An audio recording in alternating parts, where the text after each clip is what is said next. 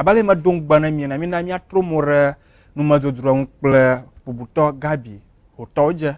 amekenya se wata kuma yilana central tongunu to bubuto we zo va ma san television wala kuyo laki tong tore au fond akpe yo ha mi fond yema akpe aglede do enya do hike jim la mu ganto ma yo nya do ru ya hike la mu ganto ma to shi aba de do and aro indigenous occupation and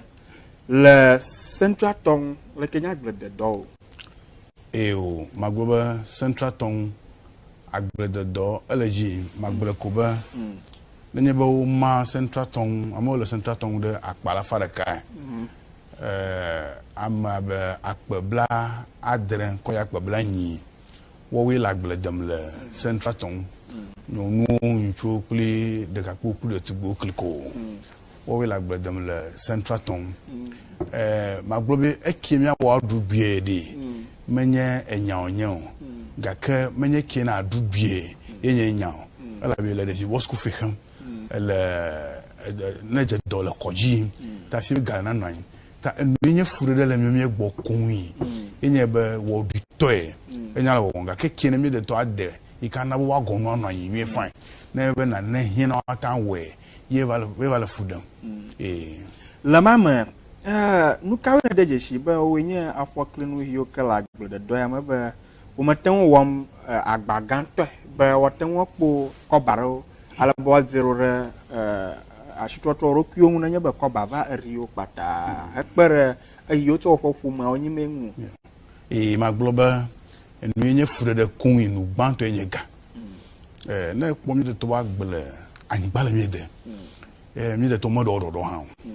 ka kana kwa gbele to ngbe de moli efeba evu gbo under utilization of human resource anye no ata diawu ka ka gamana ita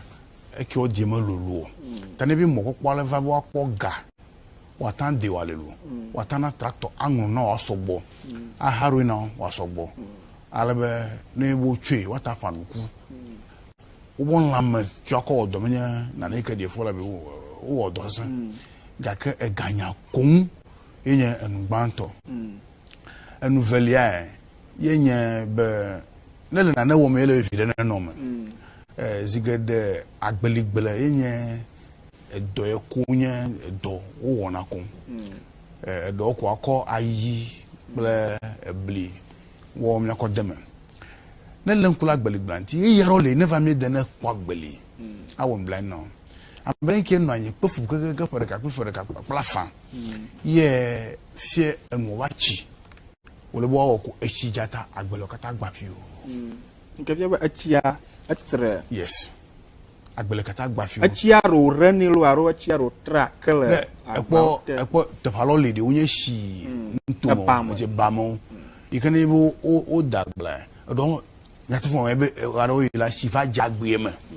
tani bo dagba no ne be shifa jagbe menene ma ke agbele fa kagbam no kagbam la efe be hoho ma ga ro nyala kan no bo efe ro ko kata tugba tore na tu tore ne ma na ko to gane en bobo mo hasiode e bochon kama kasi hogo and na ko video do jumala wala matu atu na monota we bi maga de agblaijo amare obe ayi aron ha wa pofu awon mo keke vitobli wa debligbe fine ko esiavaton ko efie e ko ma fi anko o pakwe oblatama me dejifo no makola mi ola matu menya egbon police bebe ninye be mon nuye yo ne yevu to dagbele ne be mon nuye mo to ngbiaro do le nwa nye de e deja le ka maga cho ablata va gemi va do digo ayolala natural resource economist are yoren kona be mayo glese adeje shi be aglede do le mia de nu to ma va viento la mo gan to ma ahia na hiyo be appropriate technology nu kene pokura nya ha nya tepe to me no ri bere ne be appropriate technology le na mo le agbledem le eshibami ola to mo no ajedo le te fiofio ne shijakuru kwa vaju ma afetin ko yaka wenke gae na akocho tractor to no ngoro no nya hanyenya genke gapon le ka fo kon le edojan le enu yemi ko jo edojan le agbalame be ne shija wu ale di magbon la glanche na o mi o katanya problem ta ga anyi mano e ga e plan ni enkonya ho to je na galas we elaje esama kene gamelewe metal the tegala appropriate technology theory metal the best seedling have go you ala no mon hatuale ke de obli la fagoma won akode kwaipa aida takukpo de dole mu menya egwa ta gamana yikunye kama katambonya ai na gara so fa mafia madda farakaro madalati rechi biara ku madalati na alaba ma kwesa ma zumaji adodu na nya ye na lanu to ma to so ta ko mai la fa do da shia la pie mai nya nuka ye so ble miemie to so ta ko no la mo world development because gago biara kama miemie go ya ko development asema miemie to ye so eke kpelenwi iye bene sana non ko ta pale I do money ahia ko yude miemie odo no akpa ayo nya na nya kuke yoka la nya da to agblede blible agbelegbede denwo nka won na se hike na ko papara mu vena nya da to en mata kama vague fie me va non dogo gbe sagwen mele tambu gamato asana non ko ike anye mo ko kwa ine mi de to wa at least na kukiale awe bo ba gbere data ijo inye dre kumala yo gbe dumala na mawu bene wa nana na kasie an mona kasie aka kpo be fise ko le jirudu gomodu anyi na ne kama ile jin haleko ne be odu jirudu gomodu anyi tututu ne ma kpala parliament kwa ma to fa kpane ano ya chan apolo bi gagu ma mo popola ha ne mi de to wo ha dagbele akpo jijo awe bi mi no ja loli o ma gacho ajo la no gen menye dogu bi ala kan o mo ba no va lo obi won o le fupem odo o je do ma tan ko ozukukula ike ne be de fi ma ne be mo popo fa ne menye do to nyon ne mo popo fa ne e la wo do adagbele anya mele ka po vide chogbele de akpo gana du koji yes la agoya menye be amagraro boglombe afina achunu tuare ma anyanu kuranu tuangu abale wana nyena rokawe anya wo drekuku be kaka ifa fana banto yana de anya nu yo kananya ba anu sorajia ya gade to mana central tonto and the common o won be amo flumie de to apa ama kawo nyatmo mio dunya halaudi mi flumie de to apa esema ne mi choye te pale de parliament ko e kin si banto me parliament e menya be parliament ese o wona ye na ese na non ko le pale ha abla ko enemi de to de le non ko sega kai vliga me nu no lo tasio ya kai chubi le parliament yi kwa e chatre ku le bo ne de to bi ni yi ye la woki kene yi vona mon popo avawe asumi de to bla en mata kana no nya bublu domi me gbani de to beri enyi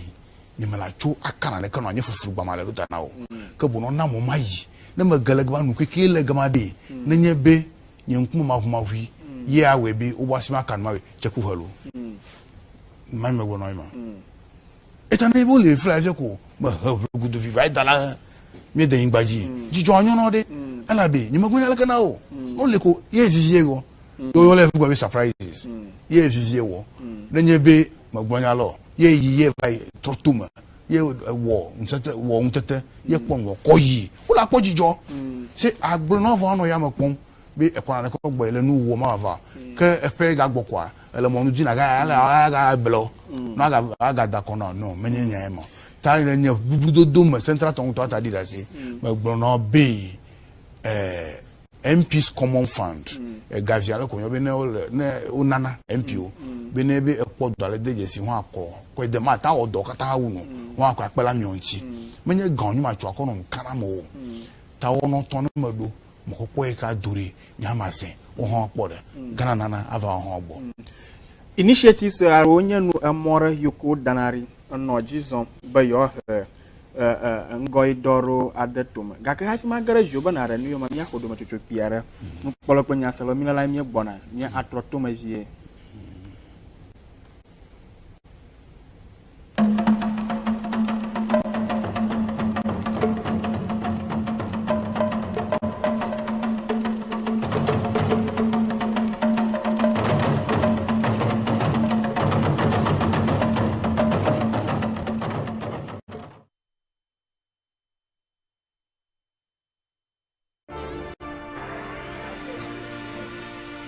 ntoma mfie bebree enti minim ne ye papa eno nti na GTP ntoma kroje nko na meton original designs genuine fabrics any authentic prints na se wo to a pede new silver sticker no bomu no na to free GTP accredited dealers in chain to sell me GTP the new silver sticker show on Tomanswa a man who sent to my war Tony GTP ankasa scratch sticker no number se shasia no now what text it free call 1393 network kibiaso ajimwaye chese wato genuine GTP to GTP papa nanye nijie GTP still timeless. GN Bank has come on board. Hooray! Did you take a loan from the Student Loan Trust Fund for your tertiary education? Having challenges on how to pay back the student loan? Relax. You can now pay your student loan at GN Bank. GN Bank, the bank that provides unparalleled excellence in service anytime, any place, and anywhere. The good news is that you don't have to be a customer of GN Bank before you can repay your loan. All you need is to walk into any branch of GN Bank nationwide and make your payment. GN Bank can also set up a standing order or undertake transfers directly from a person's account to that of Student Loan Trust Fund. But this is for interested persons who will open an account with us. Remember to pay your student loan in any of our 108 locations nationwide. For more information, call us on 0302 218855 or 020 2220 or email us at info@gnbank.com. You can also visit our website www.gnbankghana.com. GN Bank, the People's Bank.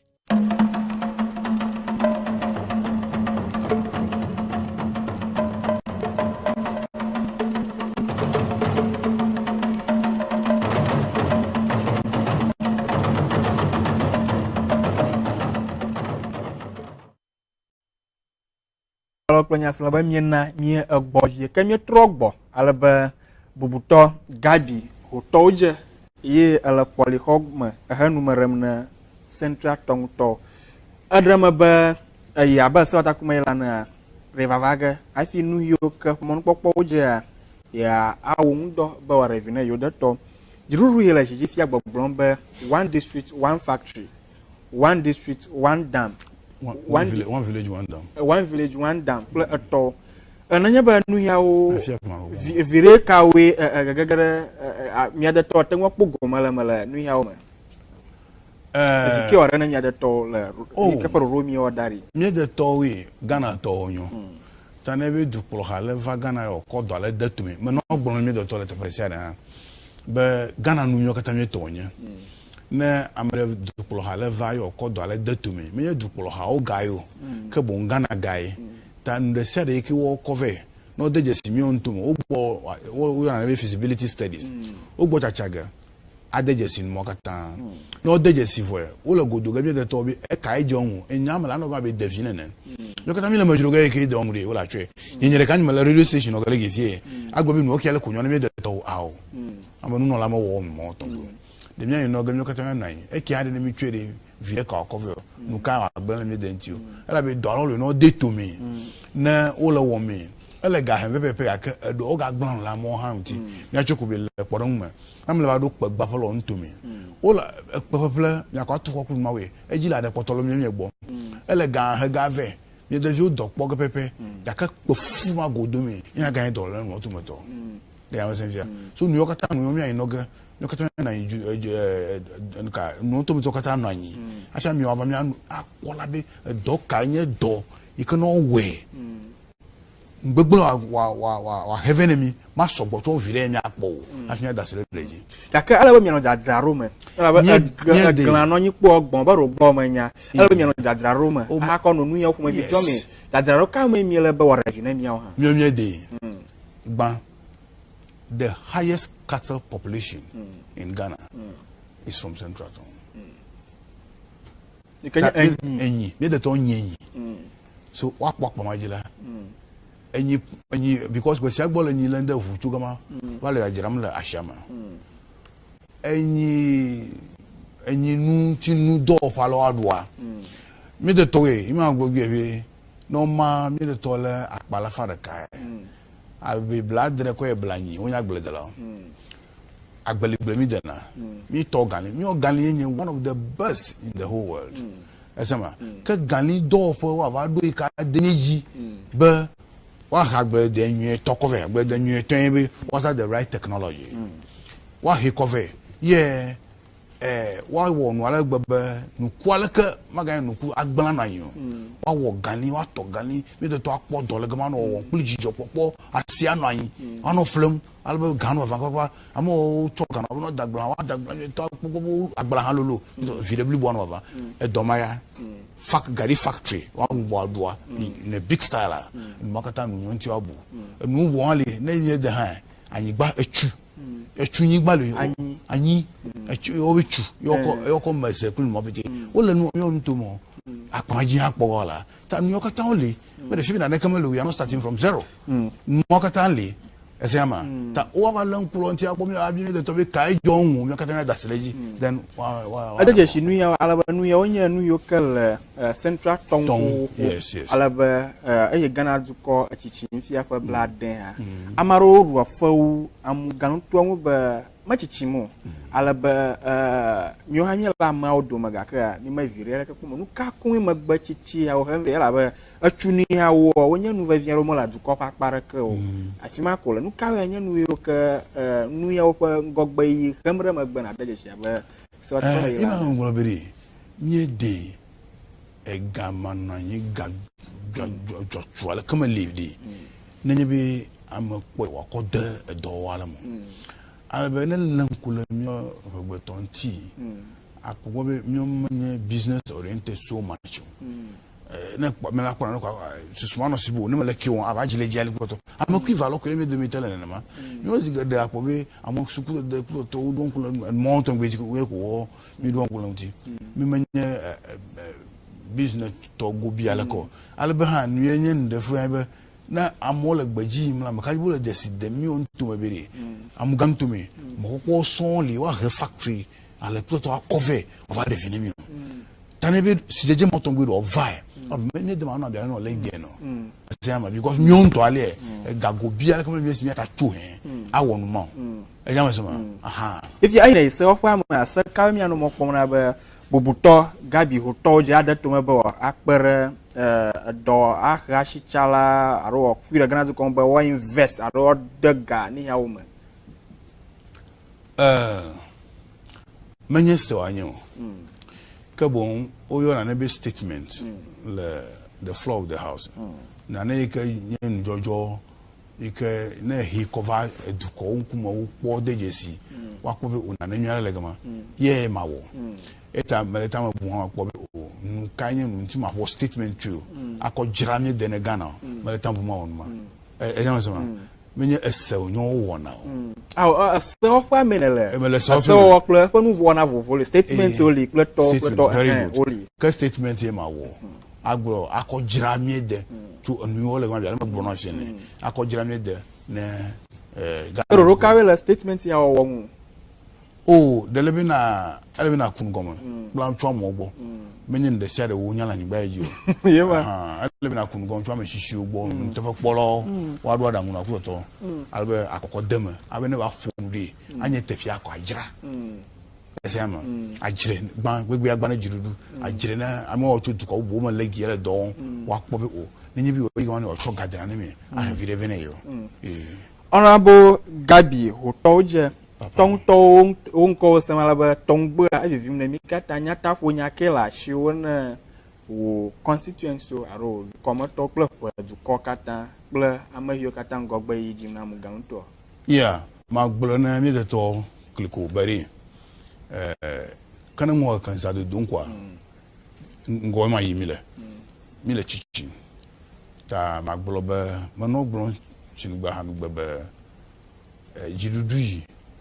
aji onyana malaka va ga jenu ya laka gom eta na jidudu e va si fie ne bo ko na be nyo on to bo gayo ka bo Ghana du ko gaye Ghana vi ominyo ele mi akọ vile ma ta ne bo ko mon popala cover na ka ta mi akako mi ahwe ne mi awe mi akọ vile ma Yamasma mo ga kona ke yiti pa ko na mana gbo be o menye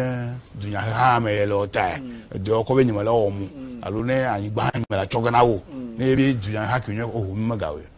ela be ne nye be nyanya ju nya ju ha ba zi gba ni gbe agbo tugele gi na me o ha ko re abia na mo ba fi wa tugele mi o ha gi me ko re en ma kam mi ga gbo tugele o ha toji mele kan ba yin no gbera o tamele didi ncho gbo ba anya nye didi be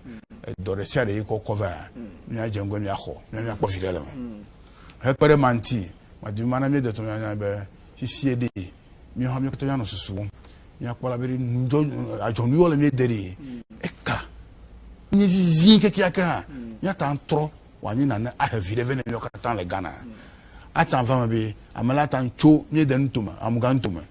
abu susu na ajon na ntile me de atre wa ni nu avanye nu cho eta chugbaji heya nyokata yana tambulenti yakola nu kanya nu miawo akpe amako aje ba ma achifu afrani mi akpo mo ba na wala se ko kwa ma o ma ma wo nyae menya nyento e da kona do kunyo central town to we da kona nya ayama sema sinima ba na ile egie se ko le gbogbon le central town to we kenya va gefe mais là na e pebla fe ata fe do no ayama sema ma wo nyae ma wo nyae manya mere ko muso quality pe yo lo giema le menya nyamusa makole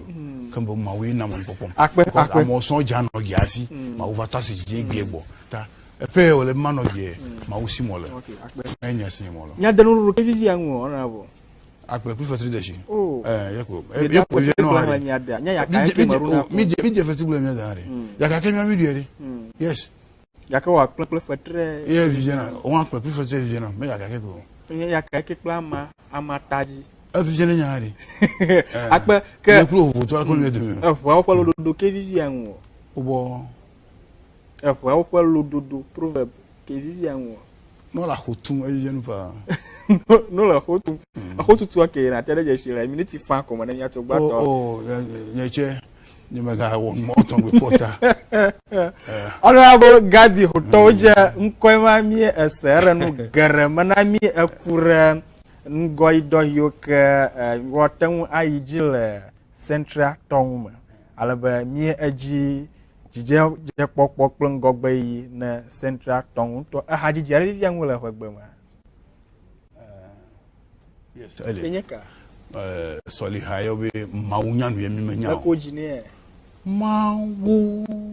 nyano si mi nyawo jo China abo dia manya agbano du para kleja sala akpa iba mi anok plemila akpa toma ngaka portina jejina min ko ye motona nya akpa gana kesero vlogan Victor Toku ye agbonya ojo ha kan miano vituku la se fen to mi atonya akpa ba mi khomire mi afa radio ya fa la ojile afla onu to me ple ba mo bubu na semia nko nti fafa kwa aje we dolom la batom akpan production team members so kata ma yo dolom la morang wona o ma ka mokpokpoli ba achoye gbona nya ojo bubu agaro mi agbara ko mi rum ku ajiba malaga ro chiari ama